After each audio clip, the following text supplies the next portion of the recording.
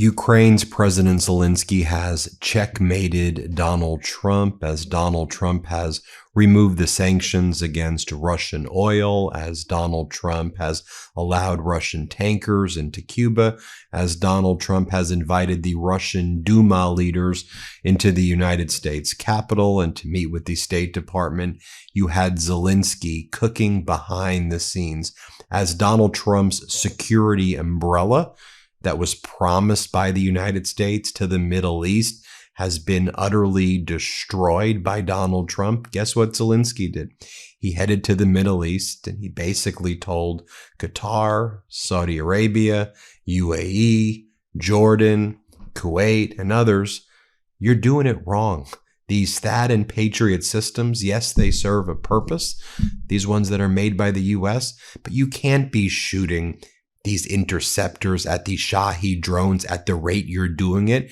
You're going to completely exhaust your interceptor munitions and your capabilities, and certainly your reserves. You got to focus on the way drone technology is utilized and fought against in modern warfare. You got to focus on interceptor drones. You got to focus on the right technology, the netting and other things to stop these drone swarms, how you shoot them down. By the way, at the MeidasTouch Network, we did a whole documentary called The Drone Hunters of Kherson, where we were on the front lines with the drone hunters of Ukraine as they shared their expertise. So as Trump, from a security umbrella standpoint, has really betrayed the Middle East, Zelenskyy was right there this past week and a half. Who'd he meet with? UAE, Qatar, Jordan, and Kuwait. He describes these meetings, and he inked billion-dollar deals because these countries that are now being hit by Iran in retaliation for Trump and Netanyahu's invasion of Iran because they have American bases in it, they need to stop these Shahed drones and drone swarms of Iran and ballistic missiles. And Zelenskyy has both on the offense, he's been using the most advanced drone technology there is to strike Russian positions. And on the defensive side, using the interceptor drones, the netting, and other technology, drone jammers to stop the drone swarms. Zelenskyy writes as follows. It has been a very fruitful visit to the Middle East and the Gulf region. We already have landmark agreements with Saudi Arabia, the United Arab Emirates, and Qatar. We are also working with Jordan and Kuwait. Rustem Umerov is currently in the region continuing political level negotiations, he reported to me today, and there are already additional requests from Bahrain and Oman. For Ukraine, this is not only a matter of prestige and respect for our people, it is a very practical matter. We are exporting our system of protection, the skills of our warriors, the knowledge that our state possesses. And from these partners, countries, we expect reciprocal security engagement. We have already agreed on opportunities to strengthen air defenses, on the joint development of defense production, and on energy cooperation, including diesel and other critical supplies that we need right now. So as Donald Trump is betraying Middle East allies, Zelensky's heading in there and inking sustainable 10-year deals that are win-wins for Ukraine and these Arab nations. You know, Donald Trump is like flipping out though, because like, in my opinion, okay, these meetings that were held in Miami between Witkoff and Kushner, and on the Russian side, Yushakov and Dmitriev, I don't think it takes a rocket scientist to say they were probably talking about when can we find the perfect time to remove the sanctions on Russian oil. The Russian economy was crashing. They needed a bailout. The Iran war provided perfect cover for the U.S. to remove those sanctions against Iran. That's what the U.S. did. Remember, they invited then those Russian Duma, they're like the Russian Senate. Those leaders were in the Capitol last week. The Russian cargo ships also went to Cuba. Donald Trump's gone out of his way to help Russia.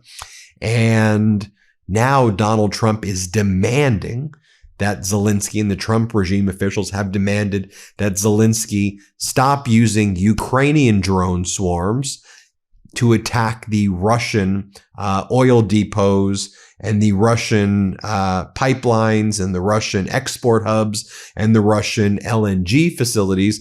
Trump's like, you got to stop doing that, because even though Trump has removed the sanctions on Russian oil, Zelenskyy has stepped up the drone attacks and missile attacks on the Russian oil positions, which has reduced Russia's ability to export oil. And Zelenskyy responded very strongly to Trump. Here's what Zelenskyy posted yesterday. He goes, "We are not just carrying out strikes on Russia. We are responding. After the global energy crisis began, we received signals from some partners requesting that we reduce our responses targeting Russia's oil and energy sector. I emphasize once again, if Russia is ready not to strike Ukraine's energy infrastructure, we will not retaliate to theirs." Pause for a second. You notice that he's not using the U.S. by name, but who else is he possibly talking about? And so he's saying, as this global energy crisis began, right? He's not going to say it here because he's being diplomatic, caused by the United States and Israel, we received signals from some partners, right? He's giving cover to the U.S., but he's referring to the U.S. That's obviously coded language for the U.S., in my opinion, that we reduce our responses targeting Russia. Trump removes oil sanctions against Russia and then asks Ukraine, stop targeting the Russian oil that we've removed the sanctions on. Do you see what's happening here? And Zelensky's like, well, if they stop attacking our energy infrastructure, we'll stop attacking theirs. But as long as they're invading us and trying to destroy us, why would we stop our attacks on them? Does that make any sense to you, Donald? He goes on to say, we are open to discussing any type of ceasefire. A full ceasefire, an energy ceasefire, a food security ceasefire. Zelenskyy says, we have already proposed all of this, and we are still open. If the Russians are ready, let them suggest any time frame. We are ready to resolve this issue. Okay, Zelenskyy says, we've been saying ceasefire all along.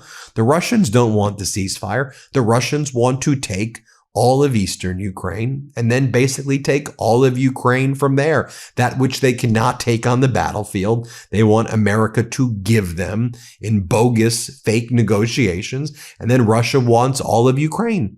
That's what the goal is. And Zelenskyy has said, on behalf of Ukraine, we want ceasefire. We've been saying it from day one. This isn't a both sides issue. Russia invaded us. We're asking for a ceasefire, even though we've been able to repel Russia. Russia said they would take us over in 3 days. They haven't. They've been losing ground. Russia's losing, 30 to 50,000 soldiers every month are dying in this war, being sent into a meat grinder by Vladimir Putin. And Zelenskyy continues on. The Ust-Luga is on fire. The Primorsk is on fire. Almost 50% of Russian oil exports gone, hit. Look, Ust-Luga, look at it right here. It's the main export hub of liquefied natural gas in Russia. So yeah, 40 to 50% of oil exports have currently stopped after Ukraine attacked the Primorsk, the Ust-Luga, and the Novorossiysk crude oil ports. At the same time, the Druzhba pipeline remains closed and multiple refineries have been hit. This is a big blow to Russia, Clement Mullen explains. With the war in Iran and the closure of the Hormuz Strait, the oil and gas prices have climbed. Russia was hoping to capitalize on the situation to sell more oil and gas at higher prices in order to rebuild its finances, especially as the United States removed sanctions against Russia. However, Ukraine acted to stop this. Over the last few days, Ukrainian long-range drones and missiles targeted all 3 Western ports used to export crude oil. The first one is this one, Primorsk, 900 kilometers north of Ukraine and 50 kilometers from Finland. You see it right here. Satellite images confirm. Satellite images, videos from the site, and the firms revealed a very large fire of the oil export installations. The fire has been spreading and Ukrainian forces renewed attacks.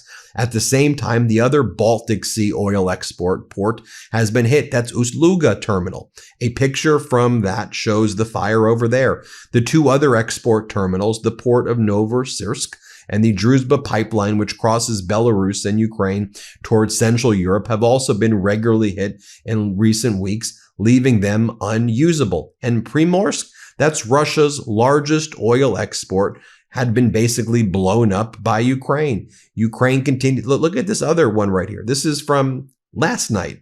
Ukraine launched another massive drone swarm attack against Russian oil export infrastructure on the Baltic Sea coast near Finland and Estonia. Looks like Ust-Luga was going to be hit again. And so you see what Zelensky's doing right there. More from Zelenskyy here, talking about his meetings in the Middle East. During my recent visits to the Middle East, we raised the issue of unblocking the Strait of Hormuz. It's a painful issue for the entire world because of the energy crisis. Countries in the Middle East know they can rely on our expertise in this area. We discussed it in detail. We shared expertise on our Black Sea corridor and the way it operates. They understand that our armed forces have been highly effective in unblocking the Black Sea corridor. As for other aspects related to Hormuz, in my view, this is being handled by the United States. We are, of course, always ready to help our partners. So he's again saying, okay, as for the other, we'll tell you how we've secured the Black Sea and how we handle it in our area. Right now, we understand that U.S. is saying that they're dealing with Hormuz. So we'll back up. But if you need us, we're here. Do you see what he's doing right here? And he talked about not just inking these long-term deals with these Middle East nations, but also sharing the expertise and how you protect people and civilian infrastructure, because Ukraine has developed the expertise in fighting these drones that were given by Iran to Russia, the Shaheeds and the FPVs in Ukraine. So they have absolute experience. And then Zelenskyy went a step further. He spoke with Finland's president, Alexander Stubb, to talk about how we bring this to all of Europe. How do we make Europe stronger? He goes, I spoke with President of Finland, Alex Stubb. It is important that all of us in Europe coordinate in a substantive way. And it's so critical because Ukraine is Europe, but to constantly reinforce, we are Europe. Ukraine's like the critical nation of Europe right now because Ukraine knows how to fight better than any European nation at this point. It is important that all of us in Europe coordinate in a substantive way. That is exactly what we are doing with Alex. I briefed him on the meetings and negotiations in the Middle East and the Gulf region that I had in recent days. There are already strategic agreements in place, and our contribution to security and stabilization can be significant. Alex shared his own update. Security comes first. And right now, when the world is so destabilized, not a single day can be wasted. We need joint action and joint results. We are preparing communication formats with other European leaders. We also continue to focus consistently on efforts on the American track. Of course, we also discussed the drone incident that recently took place in Finnish territory. Alex and I see the situation the same way. We are sharing all necessary information. Thank you. And two other developments. So you have all the Trumpers continue to attack Zelenskyy. I mean, Don Trump Jr. yesterday posts, where did all the Ukraine aid actually go? Because it's looking like yet another example of massive fraud perpetrated against the American people. And it definitely needs to be investigated. Then he talks about his podcast called Triggered. I will be on the podcast Triggered with all of the breaking news. Seriously? I mean, after all Ukraine is trying to do, all the Trumpers do is attack Ukraine over and over again and go out of their way to help Russia, right? I talked about yesterday Zelenskyy calling Trump's behavior strange. It's a bit strange, it's a coded word, but he goes, it's a bit strange that a country would be removing sanctions from the aggressor that's working with its enemy in a war to try to kill it. It's very strange to help the aggressor try to kill you. But that's what Trump's doing with Russia. Very strange, very strange. And then finally, I'll leave you with this, right? Germany's AfD, that's the right-wing extremist pro-Putin party in Germany. I don't think I'm even doing justice by calling it right-wing extreme because they're as far-right Putin bootlickers as you can be. So because of that, Trump and J.D. Vance and Marco Rubio are all in AfD fans. We love AfD, supporting the AfD because they view the AfD as a way to destroy the European Union, and that's what the Trump regime wants to do. So Germany's AfD, though, they're saying, we want the United States to withdraw all of its 40,000 troops from the country. As Jane Kiev writes, while the Trump administration spends millions of dollars, perhaps hundreds of millions of dollars, to promote Germany's Russian-backed AfD party, in the end, they will do Putin's bidding, not Trump's. Sadly, this move will garner even more support from the German electorate. So while Donald Trump is out there supporting the AfD is attacking Donald Trump. While Donald Trump's out there supporting Putin, Putin is attacking American soldiers in Iran. Zelensky's trying to help. Zelensky's doing all the work right now to help, and Trump and the Trump family continue to help Russia. There you have it. Let me know what you think. Hit subscribe. Let's get to 7 million subscribers, and thanks everybody for watching. Thanks for watching. Be sure to add the MeidasTouch podcast on Apple Podcasts, Spotify, or wherever you get your podcasts for new updates every single day.